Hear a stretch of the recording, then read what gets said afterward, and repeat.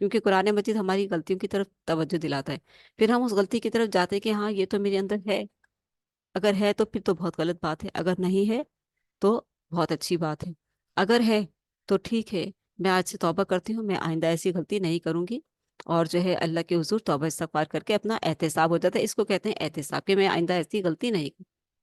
خود احتسابی یہ ہے خود احتسابی، قرآن مجید کے ساتھ زبردست خود احتسابی ہوتی ہے، کیونکہ قرآن مجید انسان کو جھنجھوڑ کر تزکیہ کرتا ہے، تزکیہ کرتا ہے یعنی کہ اندر کی بیماریوں کو ہلا دیتا ہے، برائیوں کو ہلا دیتا ہے، ہم جو ہے خوف میں آتے ہیں، ہم ڈر جاتے ہیں، یہ چیزیں آتی ہیں، ٹھیک ہے، تو پھر اس کے بعد ہم احتساب کرتے ہیں، تو مومن بندے کی خصوصیت میں شامل ہوتی ہے کہ وہ احتساب میں رہتا ہے، اپنا احتساب کرتا رہتا ہے تاکہ اس بڑے حساب سے محفوظ رہے جو قیامت کے دن دینا ہے۔ جنسی اعتبار سے پاکیزگی، ہر طرح کی پاکیزگی، نگاہ سے لے کر جسمانی ہر طرح کی جو وضو ہیں ان سے، اور جنسی اعتبار سے پاکیزگی اب سب سمجھ سکتے ہیں، سمجھدار کے لیے اشارہ ہی کافی ہے کہ یہاں پر کس کس طرح کی پاکیزگی کا کہا جا رہا ہے، ٹھیک ہے، جنسی اعتبار سے پاکیزگی، امانتوں اور وعدوں کی پاسداری اور نمازوں کی حفاظت شامل ہے، پھر آ گیا نمازوں کی حفاظت، اوپر نمازوں کے لیے خوش و خضوع کا ذکر آیا، اور یہاں پر نمازوں کی حفاظت کا ذکر آیا کہ نمازوں کی حفاظت شامل ہے، مومن بندہ نمازوں کی حفاظت فرق کرتا ہے، یہ صفات رکھنے والے کامیاب ہو کر جنت الفردوس میں داخل ہوں گے، جنت الفردوس میں داخل ہوں گے۔ اللہ کے رسول صلی اللہ علیہ وآلہ وسلم نے فرمایا کہ جب بھی تم جنت مانگو تو جنت الفردوس کا سوال کرو، وہ سب سے زبردست، سب سے پیاری، سب سے زبردست جنت الفردوس سب سے اعلیٰ مقام پر ہے، اللہ کے عرش کے قریب ہے، تو اس لیے جنت الفردوس مانگے، اللہ سبحانہ تعالیٰ کا دیدار بھی جنت الفردوس والوں کو نصیب ہوگا۔ اس کے بعد اسی رکوع میں، اور کیونکہ جنت میں کوئی غم نہیں ہوگا، تو جنت میں جو ہے جو اس چیز کے طلبگار ہوں گے رب کے دیدار کے، اللہ تعالیٰ ان سب کو دیدار، اللہ سے یہی امید ہے، یہی یقین ہے کہ اللہ تعالیٰ سب کو اپنا یہ دیدار نصیب فرمائیں گے، جس کو اس دیدار کی، اس لذت کی طلب ہے، کیونکہ اس دنیا کے بعد دنیا سے جانے کے بعد کی، جنت میں جانے کے بعد کی سب سے خوبصورت لذت، جنت مل جانے کے بعد بھی جو اللہ کی دیدار میں لذت ہے وہ کسی چیز میں نہیں ہے، ٹھیک ہے، تو اس کو لذت النظر کہا ہے کہ وہ آنکھوں کی نگاہوں کی لذت ہے، وہ اللہ کا دیدار، تو اللہ سے مانگا کریں، اللہ تعالی ہم سب کو اپنا دیدار نصیب فرمائے، جنت الفردوس میں اعلیٰ مقام عطا فرمائے، اپنا دیدار نصیب فرمائے، آمین۔ اس کے بعد اسی رکوع میں بیان کیا گیا کہ بچہ ماں کے وجود میں کن مراحل سے گزر کر تکمیل پاتا ہے، جیسے ہم سورۃ حج میں بھی پڑھ کر آئے ہیں کل، کہ اللہ نطفے کو جمع ہوا خون، نطفہ کیا ہے؟ ایک حقیر پانی، اس نطفے کے پانی کی چھینٹے کو جمع ہوا خون بنا دیتا ہے، پھر جمع ہوئے خون کو بوٹی، اور پھر بوٹی کو ہڈی کی صورت دیتا ہے، ہڈی پر گوشت چڑھاتا ہے، اور اس سب کے بعد تیار شدہ جسم میں روح ڈال کر انسان کی تخلیق کو مکمل کر دیتا ہے۔ بلا شبہ اللہ بہترین خالق ہے، انسان دنیا میں اپنی حیات کا پہلا مرحلہ گزار کر فنا ہو جاتا ہے، اس کے بعد اللہ اسے روز قیامت زندہ فرما کر حیات کے دوسرے مرحلے سے گزارے گا، ٹھیک ہے، اللہ سبحانہ تعالیٰ ہمیں دنیا میں بھی کامیابی عطا فرمائے، اپنا متقی اور پرہیزگار بندہ بنائے، اور آخرت میں بھی بہترین کامیابی عطا فرمائے، آمین۔ رکو نمبر 2، حضرت نوح علیہ السلام کا واقعہ، دوسرے رکو میں حضرت نوح علیہ السلام کا واقعہ بیان ہوا، انہوں نے قوم کو اللہ کی بندگی کی دعوت دی، قوم کے سرداروں نے اعتراض کیا کہ حضرت نوح علیہ السلام محض ایک انسان ہیں، اور ایک انسان کیوں کر اللہ کا رسول ہو سکتا ہے،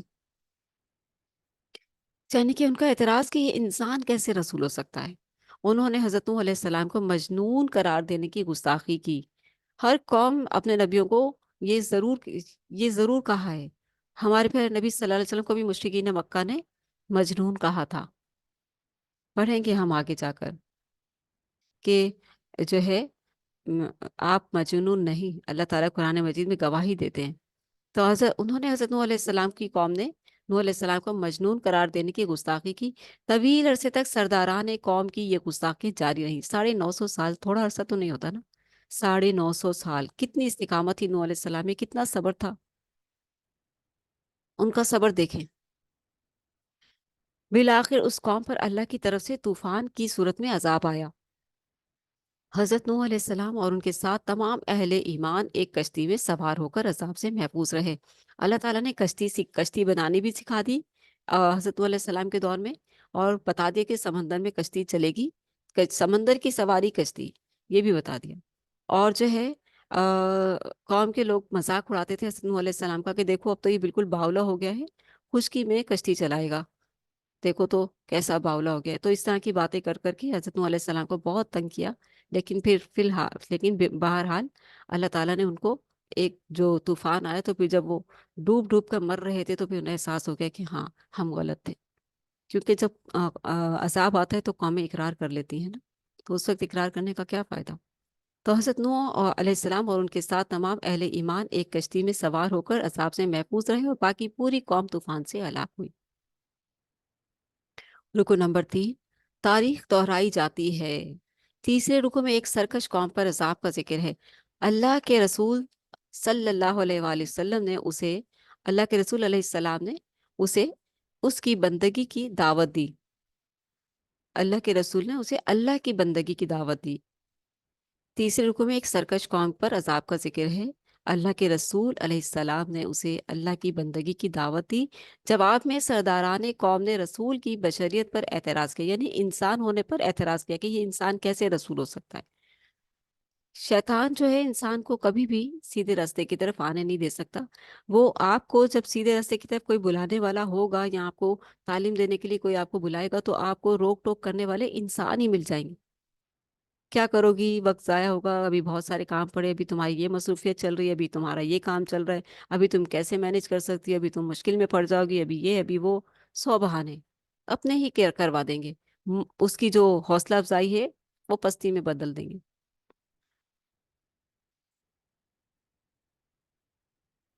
تو جب دعوت دی اللہ کے رسول نے، تو جواب میں سرداران قوم نے رسول کی بشریت پر اعتراض کیا۔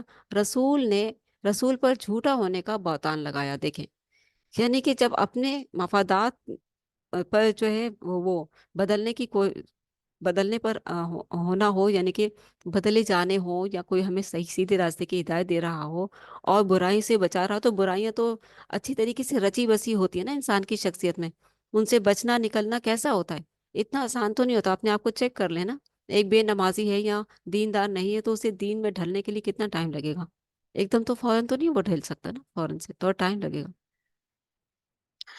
تو انہوں نے کیا کیا، رسول پر جھوٹا ہونے کا بہتان لگایا کہ یہ کیسی باتیں کرتے ہیں، اور بڑی شدت سے مرنے کے بعد دوبارہ جی اٹھنے کی حقیقت کی نفی کی۔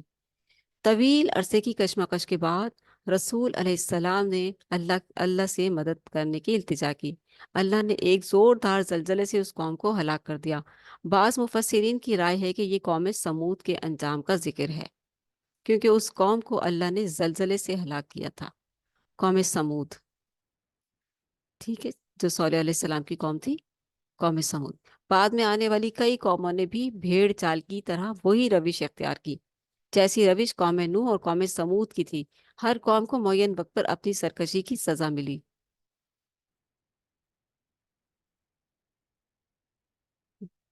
جو قومیں اللہ کے امر پر پوری نہیں اترتی، پھر یا تو وہ ہلاک کر دی جاتی ہیں،